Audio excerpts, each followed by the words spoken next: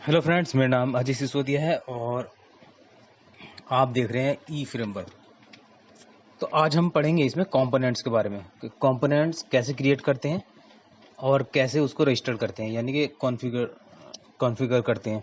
तो ये सारी चीज़ें हम देखेंगे यहाँ पर। और मैं एक बात आपको बता देता हूँ कि जो अभी मैं यहाँ रिक्वायरमेंट होगा लिंक का वो मैं डिस्क्रिप्शन में दे दूँगा। और अगर आप इस कोड को डाउनलोड करना चाहते हैं गिटहब से तो मैं उसका भी लिंक नीचे दे दूँगा, आप डाउनलोड कर सकते हैं। चलिए शुरू करते हैं।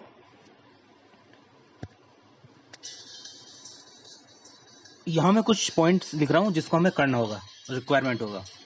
तो कंपोनेंट्स का मीन्स आप समझते होंगे, जैसे आपने अगर व्यू जेएस और रिएक्ट जेएस किया होगा या और भी कहीं देखेंगे आप, जैसे कि पीएचपी में क्या होगा, कंपोनेंट्स नाम का फोल्डर होता है एक। कंपोनेंट्स का बेसिक मतलब ये होता है कि जैसे आप कोई भी नॉर्मल आपने देखा होगा वेबसाइट चल रही है, उसमें हेडर आता है, फुटर आता है और भी बहुत सारे कॉलम्स आते हैं और वो एक अलग अलग पार्ट्स में कोड जो है डिवाइड होता है, तो वो फाइल में अलग अलग जगह से आता है।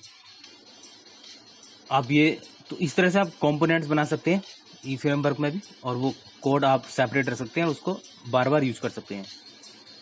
तो यहाँ आप देख रहे हैं कि मैं कुछ जो जो आपको करना है मैं यहाँ लिख रहा हूँ, क्रिएट कंपोनेंट्स फोल्डर।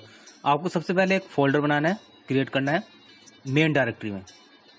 तो जो मैं कर रहा हूँ वो लिख रहा हूँ, देखो बहुत ही ईजी है इसमें कंपोनेंट्स बनाना और क्रिएट करना। तो मैं यहाँ पर हमारा एक फोल्डर तैयार हो जाता है कंपोनेंट्स। आने वाले टाइम में मैं YI एडवांस यानी कि YI2 एडवांस फ्रेमवर्क के बारे में बताऊंगा, यानी कि इसका जो आगे का वर्जन है। तो अभी हम बेसिक हैं, क्योंकि हम बिगनर हैं, बेसिक सीख रहे हैं, तो सारी चीज़ हमें आनी चाहिए डीपली। तो देखिए यहाँ हमने क्रिएट कर दिया। अब नेक्स्ट हम ये करते हैं कि एक कंपोनेंट क्रिएट करते हैं। तो कंपोनेंट हम एक फाइल में क्रिएट करेंगे, यानी आप कह सकते हैं कि कस्टम कंपोनेंट हम क्रिएट करें अपना। बाकी एक वो मैं बाद में बताऊंगा कि किस तरह से आप जो गिवन क्लास होती है उसको यूज कर सकते हैं पैकेज का यूज करते हुए। फिलहाल देखिए यहाँ तो आप देख चुके थे, ये हमारा डेटाबेस आ रहा था, हमने लास्ट वीडियो में किया था। तो यहाँ गूगल में टाइप कर लीजिएगा YI2 क्रिएट कंपोनेंट, और ये जो पहला लिंक है इसे ओपन कर लीजिएगा। मैंने पहले से खोल के रखा है ताकि टाइम थोड़ा बच जाए। अब यहाँ देख पा रहे हैं पूरा का पूरा कोड यहाँ है। अब आप पे डिपेंड करता है, जैसे ये है एक कंपोनेंट की फाइल, ये कंपोनेंट है। यहाँ पर आप देख पा रहे हैं पहले से कोड लिखा हुआ है, ऐप कंपोनेंट्स, नेम स्पेसिंग पहले से। माई कंपोनेंट नाम का एक क्लास बनी हुई है यहाँ पर, जिसमें आपको एक्शन बना सकते हैं कितने भी। तो ये मैं यहाँ पर एक फाइल क्रिएट कर लेता हूँ कंपोनेंट्स फोल्डर के अंदर, और उसका नाम दे दूंगा मैं माई कंपोनेंट, और उसी नाम की एक फाइल बना लूंगा component.php नाम से। देखिए कितना आसान है, सिंपल। वही फाइल क्रिएट कर लिया आपने, ठीक है। उसी तरह से उसमें फंक्शन बना लेंगे। हम ये थोड़ा सा छोटा सा काम करके देखेंगे, बाकी उससे आप आइडिया लगा सकते हैं आप कितना बड़ी बड़ी चीज़ इसमें कर सकते हैं, कोड को कैसे रीयूजेबल बना सकते हैं। तो मैं यहाँ चलाता हूँ कंपोनेंट्स फोल्डर में, यहाँ सेव कर लेता हूँ इसको। मान लीजिए कोई पार्ट आपको चाहिए, जैसे आपको डेटाबेस शो कराना है राइट में, लेफ्ट में, टॉप में, कहीं भी, तो आप अलग से कंपोनेंट बनाइए, उसमें डेटा फैच कीजिए और उसको एक हुक की तरह से यहाँ लगा दीजिए, ठीक है। आपको कह सकते हैं कि वो कोड जहाँ आपको ले जाना है वहाँ उस जगह आप शो कर सकते हैं पेज पर। तो देखिए ये सिंपल सा एक क्लास थी ऊपर कंपोनेंट्स की, बेस कंपोनेंट, और ये एक में हमने क्लास अपनी क्लास बनाई है माई कंपोनेंट के नाम से, और ये एक्सटेंड कर दिया कंपोनेंट को। जो इनबिल्ट क्लासेज है, इनबिल्ट, देखो मैं ओपन करके दिखाता हूँ। यहाँ से क्लासेज है, यहाँ पे इनबिल्ट फंक्शन होंगे। ये देखिए एक क्लास है, और यहाँ आप चाहें तो ये जो फंक्शंस गिवन है, यहाँ आप इस डॉक्यूमेंट को पढ़िएगा, इस फाइल को। तो इसमें आप चाहें तो इसके फंक्शन को भी आप यूज कर सकते हैं आगे। तो देखिए हमने यहाँ कोई एको करा रहे हैं, हमने एक फंक्शन एक्शन बनाया यहाँ पर वेलकम नाम का, उसमें कुछ एको करा लेते हैं। तो फिलहाल ये हमारा काम खत्म हो गया, इसको मैं लिख देता हूँ डन। ये भी हमारा खत्म हो गया काम। अब थर्ड स्टेप पर चलते हैं। देखिए कितना आसान है बिल्कुल। और यहाँ पर अब हम इसको कॉन्फ़िगर करते हैं। कॉन्फ़िगर कैसे करेंगे, सिंपल है। अब देख सकते हैं आप यहाँ पर कंपोनेंट्स के अंदर, कंपोनेंट से कह रहे हैं, उसके अंदर हमने अपने कंपोनेंट का नाम देना है और उसमें उसको पाथ देना है कि वो कहाँ पर है। तो यहाँ पर हम जाएंगे कॉन्फ़िग फोल्डर में, और यहाँ web.php और ये देख पा रहे हैं आप, यहाँ पर लिखा है कंपोनेंट्स, ये एक एरे है। तो यहाँ पर पहले से कंपोनेंट्स लिखा, तो हमें इसी के अंदर हमें जो अपना कंपोनेंट है वो माय कंपोनेंट वो यहाँ पर कॉन्फ़िगर करना है। तो हम यहाँ लिख लेते हैं, ठीक है। ये जो कंपोनेंट्स की एरे वो, उसमें हम ये कॉपी पेस्ट कर देंगे। अब ये कंपोनेंट्स लिखने की जरूरत नहीं है, क्योंकि वहाँ पहले से ही एक एरे चल रही है हमारी कंपोनेंट्स नाम की। तो बस यहाँ सिंपल हम अपने कंपोनेंट्स का नाम देंगे, ठीक है, माय कंपोनेंट, और उसमें एक एरे बना लेंगे। और ना भी एरे बनाए तभी भी काम चल जाएगा उसमें, ठीक है। फिलहाल तो हमारा एक ही कंपोनेंट है, तो और मतलब सिंपल एक ही कंपोनेंट हमारा, बिना, अगर आप देखिए अंदर क्लास है और यहाँ ऐप है, ऐप के अंदर कंपोनेंट्स फोल्डर है, उसके अंदर माय कंपोनेंट। तो यहाँ तक हमें इसका एड्रेस दे दिया है। तो ये काम भी हमारा खत्म हुआ, ठीक है। ये चाहे तो वहाँ आप एरे नहीं देते तो भी चल जाता है। अब चलिए अब आगे क्या करते हैं, ये भी हमारा डन हो गया। अब हम चलते हैं कंट्रोल में। देखिए आप चाहे किसी भी कंट्रोलर में इसको, अब आप इसको यूज कर सकते हैं, कोई भी कंट्रोलर हो जहाँ भी, यानी कि कोई भी फाइल हो व्यू की, वहाँ आप इसको शो कर सकते हैं किसी भी तरह से। अब कंपोनेंट्स में आपको डिपेंड करता है कि आप कौन सा कितना कोड उसमें रखना चाहते हैं जो रीयूजेबल हो, और जहाँ चाहे आप उसको किस पेज पर दिखाना है कर सकते हैं, ठीक है। मैं चाहूँ तो इसमें एक फॉर्म बना सकता हूँ, फॉर्म रख सकता हूँ उसमें। आप पे डिपेंड करता है कितना काम करना है। अब देखिए मैंने कंट्रोल में गया, कंट्रोल में मैंने उसको देखिए कैसे लेकर आएंगे। यहाँ पर मैंने अभी इको करा के देखा है कि वहाँ पर ये हमारा इको कराने से, मैं एग्जिट कर देता हूँ इसको, कोई दिखाई नहीं दे रहा। हाँ बिल्कुल इको ठीक हो रहा है।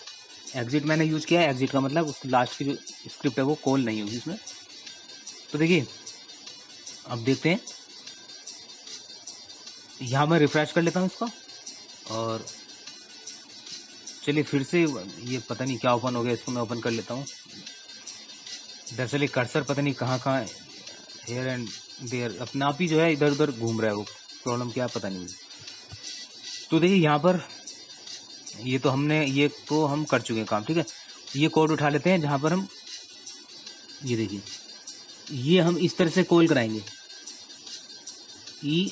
ऐप के अंदर माय कंपोनेंट है और उसमें वेलकम जो एक्शन है वो हमें कॉल कराना है, ठीक है।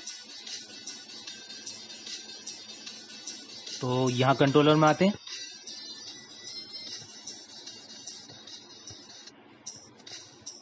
ओके।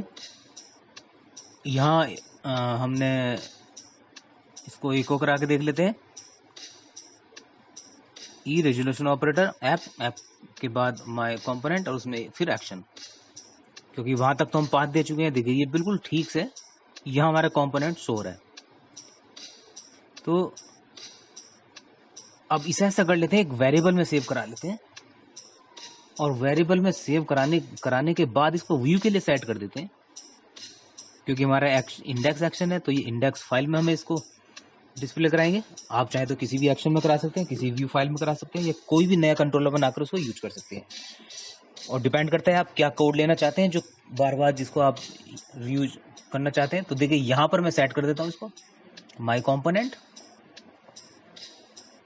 ये मैं सेट कर लेता हूँ इसको। मैं चाहता हूँ कि इसको आप ठीक तरह से समझे। अगर मैंने बहुत ही आसान तरीके से वीडियो बनाया जिससे आपको समझ में आ जाए। आई होप आपको समझ में भी आ चुका है। तो बाकी कुछ नहीं करना है, देखो इतना हमने काम कर दिया इसमें, ये हमने कॉल करा दिया। चलिए अब हम चलते हैं,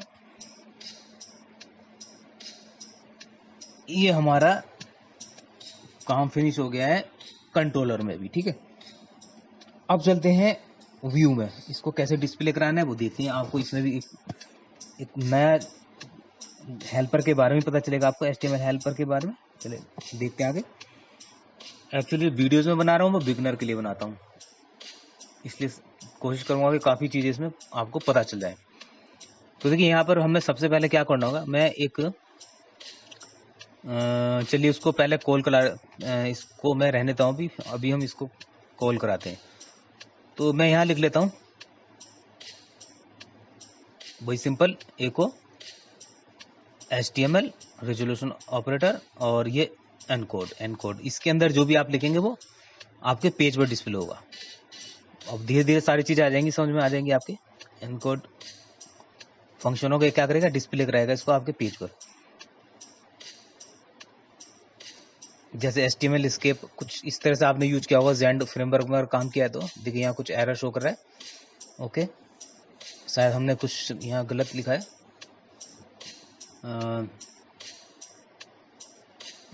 मुझे लग रहा है यहाँ पर अभी प्रॉब्लम है। तो कहाँ है देखते हैं। मुझे यहाँ इको नहीं लगाना चाहिए। अगर आप शॉर्ट में लिख रहे हैं ना ये PHP स्क्रिप्ट, तो आपको इको नहीं लगाना चाहिए था, ठीक है। तो यहाँ HTML नॉट फाउंड देखिए, क्योंकि हमें हेल्पर नहीं मिला है। अब हम हेल्पर का यूज करेंगे। हेल्पर क्या होता है, हमें हेल्पर यूज करना होगा, यूज YII और ये आपका स्लैश हेल्पर्स और स्लैश HTML। तो इसी HTML को हम नीचे यूज कर रहे हैं, HTML इनकोड। ये फंक्शन में एक्शन यहाँ मिल जाएगा, ठीक है। तो ये हेल्पर हमें यूज करना होगा, तब हमारा नीचे वाला जो इनकोड यूज कर रहे हैं, इनकोड फंक्शन, तब हमारा वो काम करेगा। तो देखिए मैंने यहाँ इसको यूज किया। ओके, क्यों शो नहीं हो रहा है, चलिए इसको हम पूरी स्क्रिप्ट लिख लेते हैं जैसे नॉर्मल लिखते हैं। अब देखते हैं। ये मुझे लग रहा है प्रॉब्लम कहीं नहीं है। प्रॉब्लम ये है कि जो ब्लैक कलर का जो हेडर आ रहा है इसके अंदर छुप गया, वो इसके पीछे जो है डिस्प्ले हो रहा है। तो हम ऐसा कर लेते हैं, इंस्पेक्ट कर लेते हैं कि ऐसा हो रहा है या नहीं। इंस्पेक्ट करके हमें ये पता चल जाएगा कि जो कंपोनेंट है वो यहाँ पर डिस्प्ले हो रहा है, यहाँ तक पहुंच पाया या नहीं पहुंच पाया। तो मैं यहाँ पर एक बैकग्राउंड है नीचे, बैकग्राउंड को मैं हटा देता हूँ।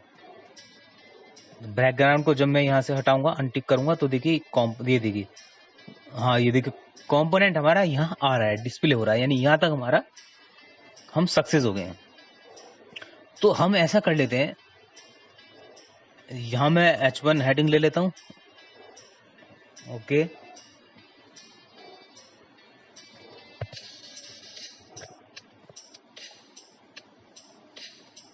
चलिए देखते हैं। अब यहाँ कंपोनेंट के साथ आप कुछ भी कर सकते हैं। ओके, थोड़ा आपको इंडेक्स फाइल में भी काम करना आ जाएगा। मैं रिफ्रेश करा देता हूँ। ये देखिए थोड़ा सा हमारा कोड, ये जो टेबल हमारे नीचे खिसक गई है। ऐसा हो क्यों रहा है? ऐसा इसलिए हो रहा है कि आपने जो कंपोनेंट यहाँ पर ला रहे हैं,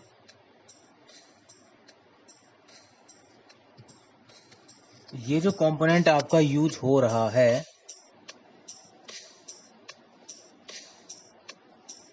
ठीक है, ये ठीक ऊपर मैं ऐसा कर लेता हूँ, एक कंपोनेंट बनाता हूँ, इसका बैकग्राउंड कलर अलग होगा, टेक्स्ट कलर अलग होगा, और उसमें पोजीशन एब्सोल्यूट दे देता हूँ। इस तरह भी कर सकते हैं। तो मैंने जल्दी के लिए कोड कर लिया, एक डिव ले लिया जिसमें बैकग्राउंड दे दिया और पोजीशन एब्सोल्यूट दे दिया, हाइट और विड्थ दे दिया। अब देखते हैं इसको, देखिए हम क्या करने वाले हैं। ये देखिए, ये कंपोनेंट हमारा रेंडर हो गया। ये एक छोटा सा, एक कह लीजिए एक छोटी सी चीज है जो आपके काफी बड़े काम की हो सकती है। तो अब ये रीयूजेबल है, आप इस कंपोनेंट को कहीं भी पेज पर लगा सकते हैं और आप अपने अकॉर्डिंग इसमें काम कर सकते हैं।